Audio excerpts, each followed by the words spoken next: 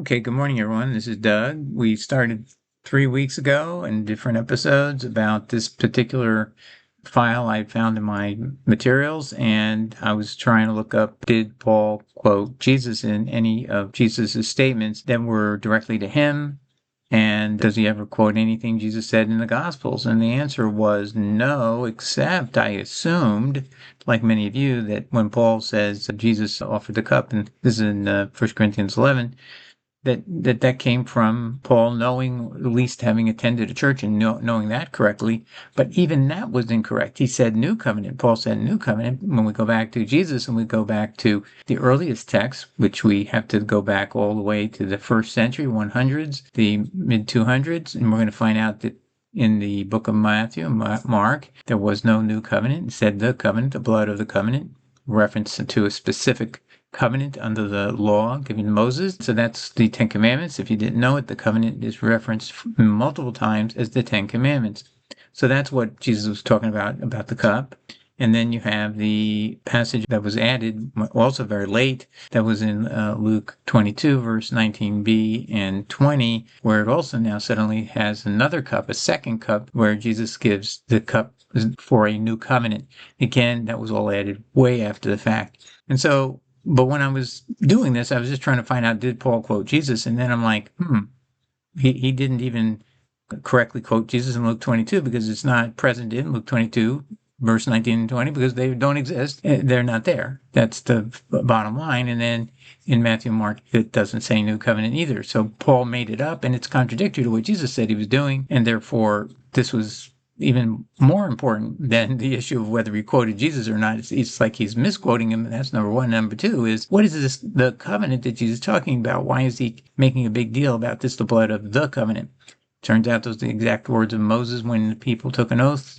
At the finish of giving the Ten Commandments, he later gives a meeting and he basically reads out what it said again to them. And they say, yes, we're going to follow the commandments, that we're going to follow the covenant, which again is a specific legal term. And that's why it caught my interest. And then I decided to research that aspect of this. And so putting aside whether Paul quotes Jesus or not as very secondary to this more important issue. So let's take a look here. Now, before we get going, I want to tell you, we're going to remind you as we go here that when you look at the texts of what is the Bible, the Christian Bible, we're going to call it from now on, is what's valid and not valid based on text history is what matters, not that you have a myth that the King James Bible was given by God and every word is inspired of God. That's a fiction, because the person who created the King James Bible, the root person, was this person, a guy named Erasmus. And he was clear as day that it's a crime to take the Bible and not realize you need to go back and find the earliest document and then give that the sanction of authority, not Bible texts that have been modified and changed over time. Some are by accident, but some are definitely deliberate. So I'm going to read you this again. This is Erasmus. He was the guy who put together what you later were told is the Textus Receptus that led to the King James Bible in 1611, right? So he's operating in the 1516 period with his first version of the Bible. He says to someone who's upset that he's doing this, that he's getting rid of things that are false, he says, "You cry out that it is a crime to correct the Gospels. This is a speech worthier of a coachman than of a theologian. You think it is all very well if a clumsy scribe makes a mistake in transcription, and then you deem it a crime to put it right? The only way to determine the true text is to examine the early codices." Now, by the way, Erasmus isn't saying anything new. This is eventually what the scholarship that surrounds the Bible by people who care and love God is. They're going to use this principle because you want to get to the earliest truth. And you don't believe in the myth that God's going to supernaturally protect everything and it's never been changed, because you can see that on the page, it's not the same between the first century, second century, and then all the way much later when all these texts were changed to put in the word new in Matthew and Mark. So I hope that gets you back to where we were starting from 2 or 3 weeks ago. But today we're going to take it a little bit deeper. And I just want to show someone, people said, well, God's word can never be changed, or God wouldn't let a scribe come in and do anything to attack his word. Well, that's false. We have it right here in this text, which you can see is clear as day. Jeremiah 8:8, World English, "How do you say, we're wise and Yahweh's law is with us, but behold, the false pen of the scribes has made that a lie." So they were already dealing with people who would do this, and they had to be confronted when they were caught doing what they were doing, because God's word had to be copied. Deuteronomy 4 verse 2, why would God have to give the following command if it's all automatically going to be protected and nobody can do anything wrong? Because Moses says in Deuteronomy 4 verse 2, you shall not add to the word which I command you, neither shall you take away from it, that you may keep the commandments of Yahweh your God which I command you. Do not add to his words, Proverbs 30 verse 6, lest he rebuke you and you be found a liar. So God requires us to inquire and prove people sometimes have lied and corrupted the Bible, and that's God putting down responsibility on us to expose those who violated the commandment that was, you shall not add the word which I commanded you, or take away a word. So do you have a real problem with what's going on in the Bible if you are studying and carefully being analytical, and these are called translational apparatus to determine, looking at all the variants and then making a good decision or approximation of what was the original text. All right, so now to review what we know is undisputed, basically, is the passage of Mark and Matthew. They read now differently. Since 1946, every single Bible that has been released has it with the way it reads here. No longer New Covenant. It's going to say, this is my blood of the covenant. Mark 14:24 used to say of the new covenant, not the way it read originally. Matthew 26:28, my blood of the covenant, not new covenant, which is the way it would have read in the King James, but that was added very late. And here's a roster of all the books, and actually I found a new one, the 1989 Revised English Bible from Cambridge and Oxford. Not insignificant. Those two entities were involved in that. 1996 New Living, and number 7, 2001 New English, and so on and so forth. And so up to a total of 10 books, new Bibles have been released, and every one of them have it correct, with Mark and Matthew now reading just the covenant. And the blood of the covenant is again in reference to Exodus 24 verse 8, where Moses throws the blood of the covenant onto the people, meaning the 10 commandments, that they're going to take an oath to obey it. Okay, so that's what Jesus is referring to, and that's not even disputed. When you get to the correction this has happened, the commentary will all now say, well, that's what Jesus is referring to. It's not something I made up. That's what the consensus of is, that's also what Jesus is doing. So that's an important change in focus. So let's continue. Now I want to show you something that's highly problematical.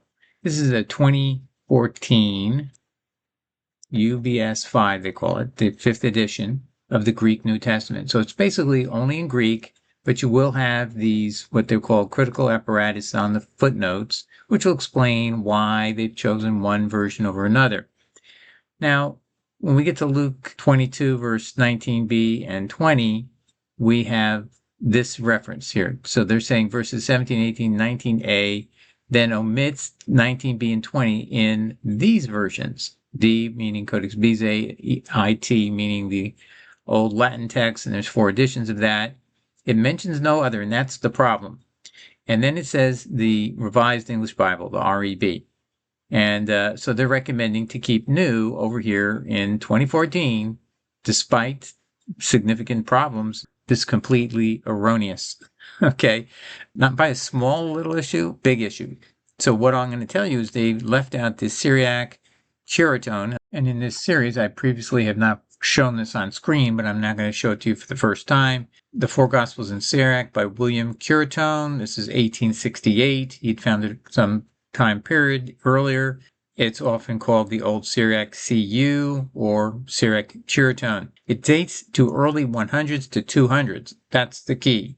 So he can prove that people were quoting this kind of text line that are unique in the 100s. Irenaeus and Justin Martyr. So we have proof positive that this is a very old text.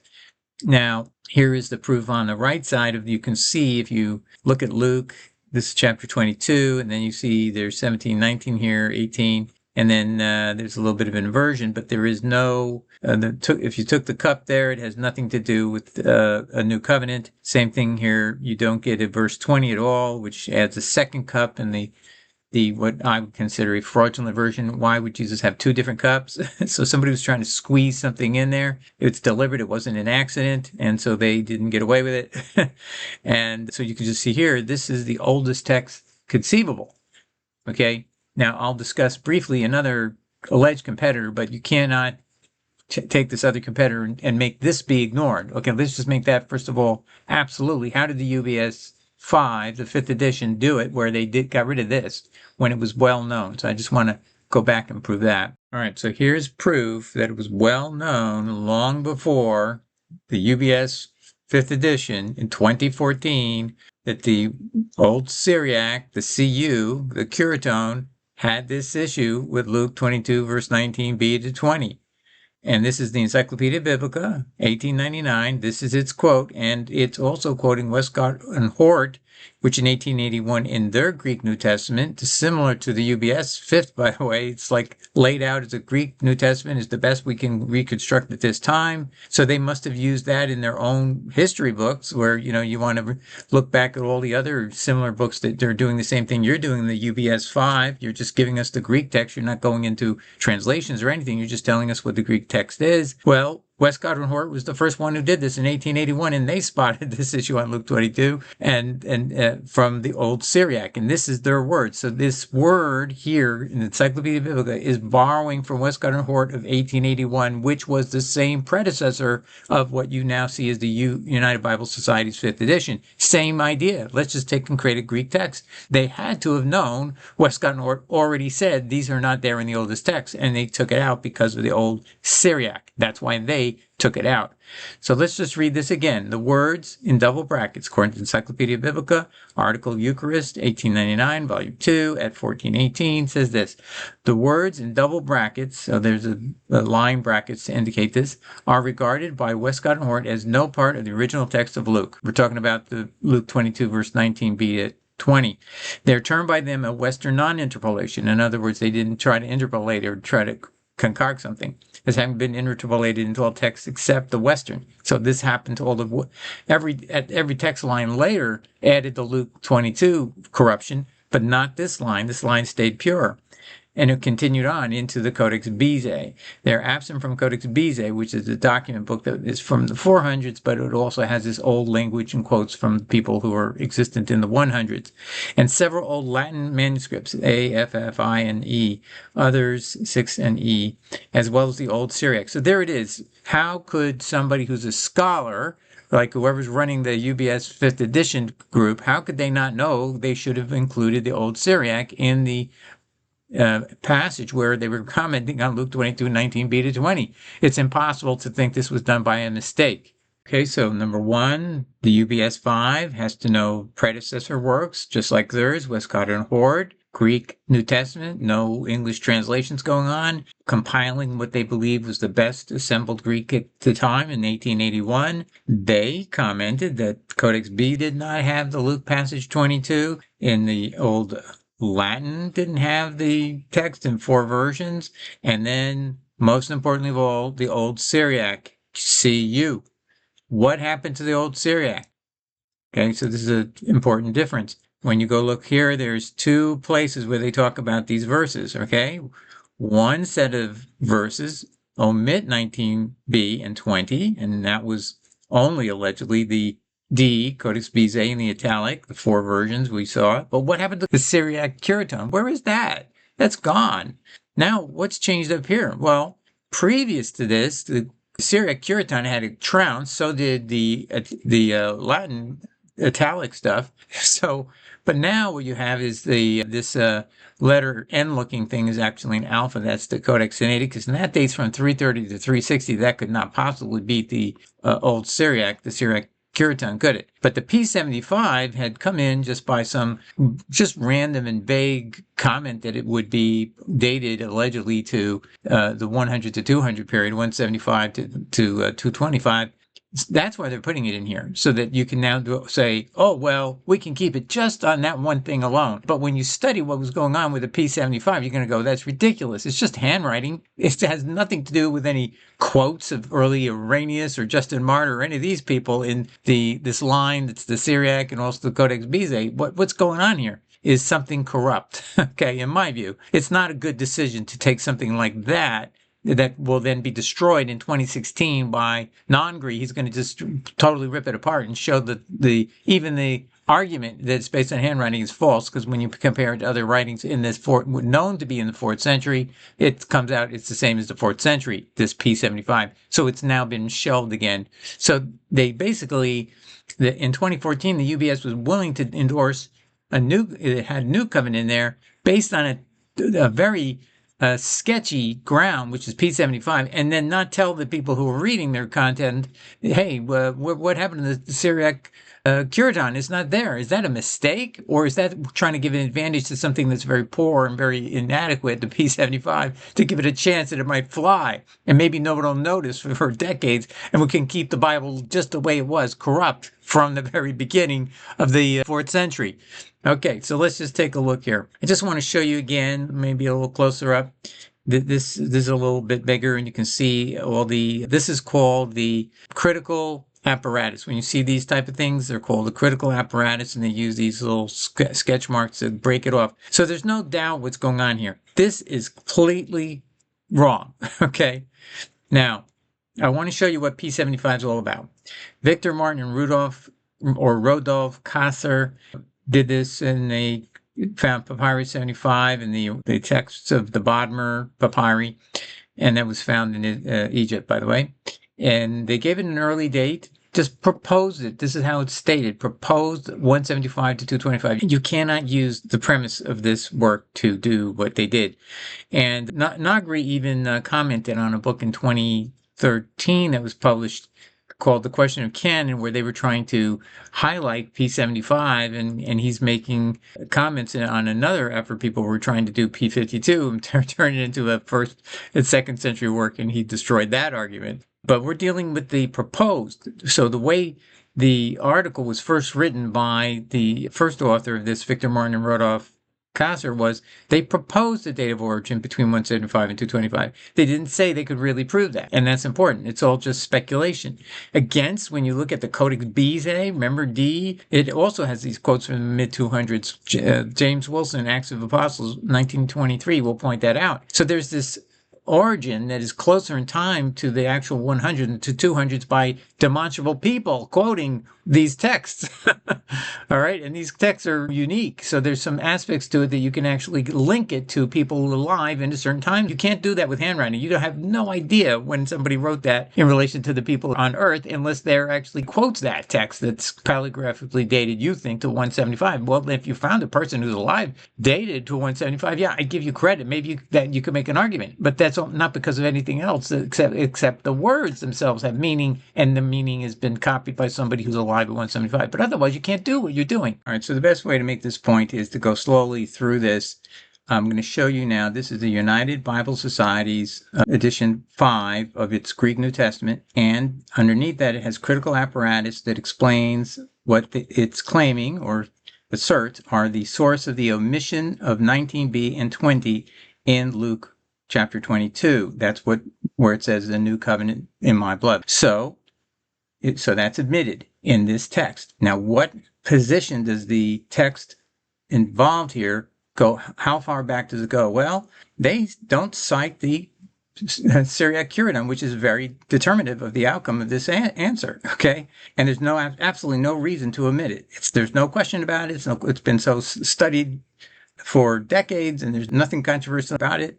But it only has here the Codex Bezae and the Italic, or the Old Latin is another way of putting it, with these 4 additions. So there were 4 texts that were very similar, by the way, to the Syriac Cureton, but the Syriac Cureton is considered more important because Syria is a source of Christian texts due to the fact that Edessa had become a kind of a place where Christians would be protected for that early period of time. So writing freely at that time under the king of Edessa was a known fact, and that's why there's a library of books in Syriac of the Christian era, that early Christian era of the 200s, when that king thrived. All right, now let's take a look at what's on the other side here. We have P75 for 18, 19, and 20, which has the Luke 22 passage. Now, if you ignore P75, all you have is this thing that looks like an N is actually an A in Hebrew and Alpha, but I try to help people out to recognize things. So it looks like an N, but it's an A in Hebrew. It stands for the Codex Sinaiticus, that's from 330 to 360.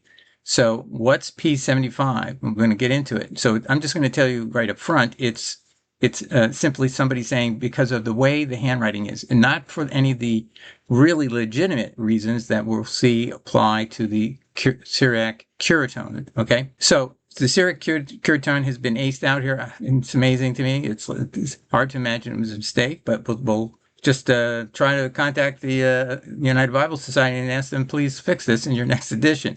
Anyway, so this is the Old Syriac, dated about the 200s, the Syriac Cureton, and then the Old Latin is about the same thing in the 200s. Okay, but there's reasons. There's good reasons for that. Now, I'm going to read you a couple of them. So first of all, this is Mr. Cureton's work where he presented this in 1858, and he entitled it, The Remains of a Very Ancient Recension of the Four Gospels in Syriac. I'm just going to call it the Syriac Cureton, since he is Mr. Cureton. And at page LXVI, lowercase, or PDF page 71 of this text will be the words I'm going to present here.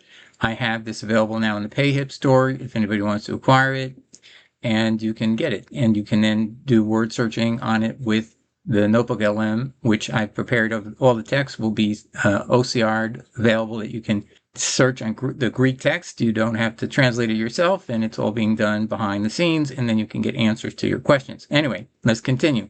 All these circumstances taken together seem sufficient to show that the Syriac remains of the Gospels, talking about this one, must be considered as belonging to those very ancient times to which the Old Latin version that Jerome undertook to correct is to be assigned, as well as those Greek copies of which Origen spake. So let me just say this. Jerome went back to Old Latin texts, which were from approximately the 200s, and he started to create in the latter half of the 300s, a text that was published in 383 approximately of the Christian Bible. Okay, so he was using Old Latin text, but he lived in the 380s, so it's not the better proof. The better proof is what we see in the next sentence. He undertook correct is to be signed, as well as those Greek copies of which Origen spoke. So Origen has quotations that match this era, meaning it doesn't match other eras. It matches this text. The Syriac Cureton is being matched by Origen. Why is that important? Because he is thriving. His career apex is at 250. Okay, 250 Christian era. He dies close in time to that. So this is a person who you can now peg what's the source text you're reading, what era does it come from. You can prove it. You can't just say, hey, you know, it looks like handwriting. It might be from the 200s. Let's assign it there. No, it really belongs there because of that. Now there's more. Next, page LXVII, that's page 72. Again, you can get it through the PayHip store and read these yourself and run Google search on it. But although the text of these Syriac fragments so often and so closely agrees with that of the Codex Bezae, remember I mentioned to you that was the text that's dated approximately to 400 AD. However, it has a lot of content that comes from this earlier period, so it continues to line up with the text here, but then it's going to be divergent, and the divergence will work in favor of the validity of the Syriac Cureton even over the Codex Bezae. So listen to this. But although the text of these Syriac fragments so often and so closely agrees with that of the Codex Bezae, it also at other times diverges from it and follows the reading of some one or more of the other most ancient Greek manuscripts. Not unfrequently also, when it varies from the usually received text like the Codex Bezae, the Syriac Cureton, is supported by very early authorities such as Justin Martyr, the Clementines. Now, Justin Martyr is a writer in the thriving, he's alive from 100 to 160, and he's a very prolific writer. He was the most prolific writer in the early era of the church after the apostles. So this is number one. Now, he's got 27 different books, if I recollect. The Clementines, these were some of the favorite writings of the early church, and they told the story that didn't line up with the Roman Catholic Church, so they took this text and they rewrote it in Latin from the original text, whatever it might have been. It might have been Syriac, by the way. Some people believe that actually was its only original language, but whatever it is, it doesn't matter.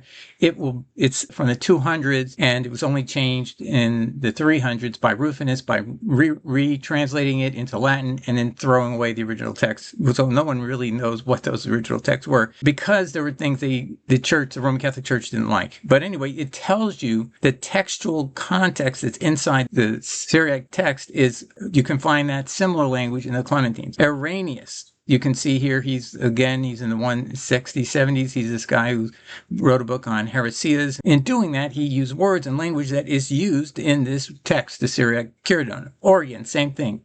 The scholar from 250 who's trying to recreate the original Septuagint, and he revived the Septuagint project, and so he's very familiar with text, Greek, Syriac, everything. But that means his quotes from the Bible was in the form that you read in the Syriac Cureton, not the Codex Bezae. So this actually shows it's more ancient, this line, than even the Codex Bezae. And finally, Cyprian, who lived in Carthage, in Africa, and he was a great scholar himself, and he lived in about the 230s, 240s approximately, and he also is using quotes that come out of this text that are unique, meaning they don't match up or line directly as it does here in the Syriac Cureton. So you see, this is how you make decisions about what's the most authoritative. Just because P75 uses lettering that somebody thinks is third, instead of 4th century, I'm going to assign it to the 1st century or 2nd century, which we're going to show you why scholars reject that whole hypothesis that was used. And it's an hypothesis that really the original people who produced the P75 didn't seem to be adamant about. They just said they're proposing a date. They were not advocating they could prove that date. So we'll show you it's an illegitimate way to make a decision in this regard. So I want to show you a book, The Question of Canon by Michael Kruger. This is 2013, and basically it's got in there a summary of P75. It's not focused on P75, but it mentions this, and it says the estimated date. The original editors of P75, Victor Martin, Rodolphe Casa, proposed a date of origin between 175 and 225. They didn't prove it, they just proposed it. So I asked Google, can you look at this book and tell me, is it saying it's based on handwriting alone? And the answer was yes. For early New Testament papyri, like P75, there are no explicit written dates or colophons. Dating them, it relies entirely upon paleography, the comparative study of ancient handwriting styles. But handwriting styles cannot tell you when something happened, and I'm going to show you the expert on that. This was in the footnote, same book. In a footnote, the text highlights the work of Brent Nongbri. Now, he's going to, 3 years after this book, he's going to write a complete, thorough debunking that P75 can be dated anywhere earlier than the 400s, okay? Early 400s. But anyway, this author, Kruger, in a footnote, says, Brent Nongbri famously cautioned against the papyrological pitfalls of overconfident, overly narrow date ranges derived from handwriting alone. Similarly, scholar Roger S. Bagnall has challenged that early datings assigned to various Christian papyri. Additionally, scribes did not write in a uniform way. A single scribe could write in a planar, unadorned hand, or in an elegant calligraphic bookhand, depending on the setting, which means that style differences do not strictly translate to neat chronological progression. Those are good points. All right. Now, I wish I could be presenting to you the actual 1961 P75 article that was published in a journal, but that, when you go to Cambridge to try to log in and do that, and I have a right to go in there and get it, it says it's no longer available, so I wonder if it's been withdrawn in light of maybe Mr. Nogbri's article. So let's just do a synopsis of what he has here, and that's the best we can do to kind of figure out what's really going on here. So he has 3 points. Paleographical reevaluation. Nongbri showed that P75's handwriting matches 4th century documents, that's 300s, such as the letters of the Theophanous Archive, P, HERM, 4 and 5, much closer than 2nd century papyri. Codicology and find context. P75 single quire codex format and group 8 dimensions align perfectly with 4th century books like the Nag Codices and other Bodmer papyri. And remember, this came out of the Bodmer papyri, so it has the same format. And yet this person, whoever was, proposed a 2nd century, first even in the 100s, textual implications. If P75 is a 4th century product, its 94% agreement with Vaticanus does not prove Vaticanus' antiquity. Instead, it suggests both are contemporary 4th century Egyptian productions. So there was a lot of effort to get Vaticanus to be a very early text, and if you could claim its form was the same as P75, and P75 is a 100s to 200s handwriting, well, then you've changed Vaticanus back from where it normally is closer to the late 300s.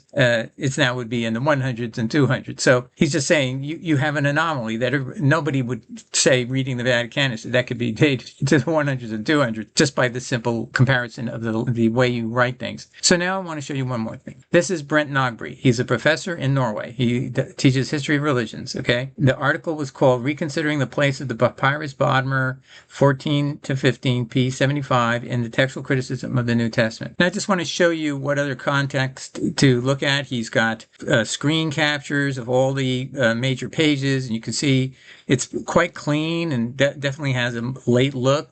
But it's his analysis, okay? So he's looking at all the various papyri to make this decision, and that's what he's doing. I just want to show you it's thorough, it's scholarly, and basically he debunked all the original views on this. And here's his actual conclusion, which I think was trying to be as gracious as he possibly could. Since the 1960s, P75 has held a central place in the textual criticism of the New Testament, yet much of the importance imputed to P75 has rested on the presumed late 2nd or early 3rd century date for the Codex. As we have seen, the actual evidence used to establish that date was not strong. While one cannot absolutely rule out a late 2nd or early 3rd century date for P75 on the basis of the evidence presently available, the materials analyzed in this essay point toward the 4th century as an equally likely, if not more likely, date for this Codex. If the Guild finds this argument persuasive, we will need to rethink one of the 20th century's most significant conclusions in the New Testament textual criticism. All right, so I think that makes the point here that the P75 cannot outrank the text we have, which is what was ignored, the Syriac Cureton for sure, and that's a real game changer when you look at the real evidence. Nobody's tried to debunk this guy from 2016 to 10 years later. That says a lot, and maybe the reason Cambridge won't let me get access or anyone access to the original article from 1961 is maybe it has been withdrawn. So I have one more thing to show you. All right, so let's go back all the way to the United Bible Society's 5th edition of the Greek New Testament. They're stating the critical apparatus over here. Now, if you see REB is supposed to support 19b and 20 are missing. Okay, it's not legitimate, but REB is a 20th century book from 1989. It's the Revised English Bible by Cambridge and Oxford, the people who control the King James patent and trademark and everything to do sales in England with that text. But they decided to release a book called the Revised English Bible. Let's see why, and imagine what could be the reason the UBS, the United Bible Society's 5th edition, included that as a part of a critical apparatus when it's a text in the modern era. Why would they do that? First of all, I wanted to let you know if you're interested in buying this book, you can buy it at Amazon for $5. There's 20 used and new offers. You'll see why you might want it. Here it is. It's abbreviated REB, Revised English Bible. Well, here's the 3 key facts. It omits new in Matthew 26:28. It omits new in Mark 14:24 in front of covenant. In 3, it omits all of Luke 22:19b to 20, including the cup represents a new covenant. So all the points that I'm trying to make, that this is a world where shouldn't be called the New Testament anymore. That's fraudulent. That's not what it is. Jesus was talking about the covenant, the 10 commandments. That's what it means. The covenant was used that way and defined when using that term. The covenant meant the 10 commandments. So, and it's not me saying this, is all these people who've come to this realization themselves are writing articles and all of this to explain how this is. So that's not me, but you need to now decide, because it's up to you, your salvation, your future, your idea of who you follow. Are you going to follow Jesus? You're going to follow somebody else that you think gets rid of the law and it's a new covenant, it's a new day, everything old is gone. No, that's not what Jesus was talking about. Now, just let me show you, because I want to show you the proof. I always give you the proof. One by one, page 73, it omits Luke 22:19b or 20 at this right here. You can see verse 17, 18. You can see 19. You don't see B, and you don't see 20. They're gone. Okay, next, you can to Matthew 26:28. You see the same thing. It now says blood of the covenant. Correctly does so.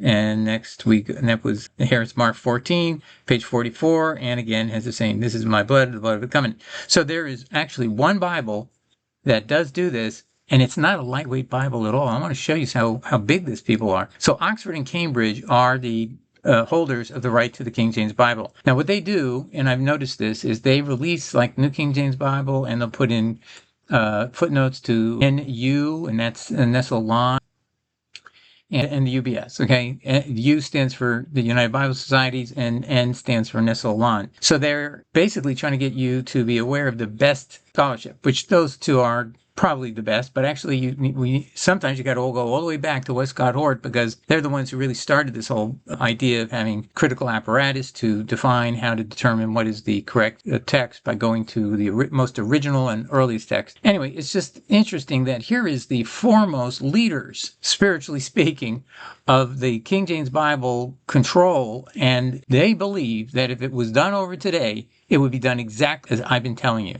Exactly. You would not have new in Mark. You would not have new covenant in Matthew. You would not have new covenant at all in the Luke passage because it doesn't even exist. That is stunning. Stunning that we are at this point in history. And yet you can see the battle that these people here at the United Bible Societies were having internally because they couldn't handle it, apparently. This is too much for them. The blood of the covenant is from Moses, Exodus 24, verse 8. That's what he was doing. That when you take an oath to keep the Ten Commandments, that's what you do. You have the blood of the covenant. And Jesus, by using that identical words, was invoking something for us as well. When we commit to him and you want to have his blood on you to protect you, well, then you have to do what he wants. And he said, how to have eternal life in Matthew 19. The man said, how do I have eternal life? And he says, obey the commandments. And the man says, which ones? And Jesus starts rattling off the Ten Commandments. He gets out 5, and the man starts interrupting him, and the man says, well, I've done all that. Tell me what else I must do. So the point is this, is if Jesus is telling people that's how to get saved, how to have eternal life in Matthew 19, and he's quoting that passage from where the people at Sinai made this commitment, then it's the same thing for us. And the Ten Commandments, is that unbearable? It's not. So everybody tried to frighten you with all kinds of numbers and so on, but this is the core. And when you look at the texts in the prior 3 episodes, I give explanations from scholarship. And the Jewish scholarship is really the most interesting because it's the most ingrained in understanding what it is. They believe the covenant was the Ten Commandments. And that, when you violated that, you broke the covenant with God. All the other commandments, the judgments of Moses and that kind of thing, didn't create the severance of the covenant between you and God when you violated those. But these were specifically those that would break the covenant with God, and basically your opportunity in the future, if you're hoping to make home with God forever, this is going to be less likely. Let's put it that way. I wanted to show you all the churches that accept this Bible, the Revised English Bible, in England and the world. The Baptist Union of Great Britain. So Protestants, I consider myself still a Protestant. Baptist Union of Great Britain, the Church of England, the Church of Scotland, the Council of Churches for Wales, the Irish Council of Churches, the London Yearly Meeting of the Religious Society of the Friends. I think that's the Quakers. The Methodist Church of Great Britain, the Moravian Church in Great Britain and Ireland, the Roman Catholic Church in England and Wales, the Roman Catholic Church in Ireland, the Roman Catholic Church in Scotland, the Salvation Army, the United Reformed Church, the Bible Society, the National Bible Society of Scotland. So these are super heavyweights, okay, in the world. And they are the controllers, the Cambridge and Oxford are the controllers of the King James Bible. And they have decided they're going to follow Christ and what he really said. They're not going to live with fraud that really happened under the control of a different church. Church, I believe, was the responsible party for that was Constantine, taking over and dominating the Roman Catholic Church and turned it and twisted it into the wrong direction. And that's where it came from. Now, this is no judgment on the Catholic Church today, but, they have to start taking some responsibility and say, you know what, maybe we did do some corruptions. Maybe we need to undo them. Maybe we need to go through our archives and help people and find texts where we can restore the Bible the way it originally was in every particular. But nothing could be more fundamental that we are not in a New Testament. The Bible name should be something like Revised English Bible, something that doesn't say the word New Testament on the cover, because it's not true. We're not in a New Testament with New Covenant when you go to Jesus. Now, I'm not saying Paul doesn't believe in a New Covenant, but he's wrong, okay? Dead wrong. And then using that term, new, he got rid of all God's laws. So that's old, that's dead and gone. It's a slavery, it's bondage. It was given by angels who are weak and beggarly. Take a look at how he condemned that law, which Jesus actually was reaffirming. And now you have a clear picture, my friends, of where you should put your foot down and say, I'm going to follow Christ. I'm going to follow Jesus. I like this guy. He says every word you hear is from the Father. And that doesn't happen out of Paul's mouth. This is only from Jesus. He says every word I said, the logos you hear is not mine. It belongs to the Father. And if you want to make it to heaven, don't you think the Father wants you to listen to him through his Son? I think so. So I hope this episode will really stimulate each and every one of you to actually recommit yourself to Christ and follow just Jesus. That's why we call our channel Jesus Words Only. God bless. Take care, everybody. Ciao. Bye.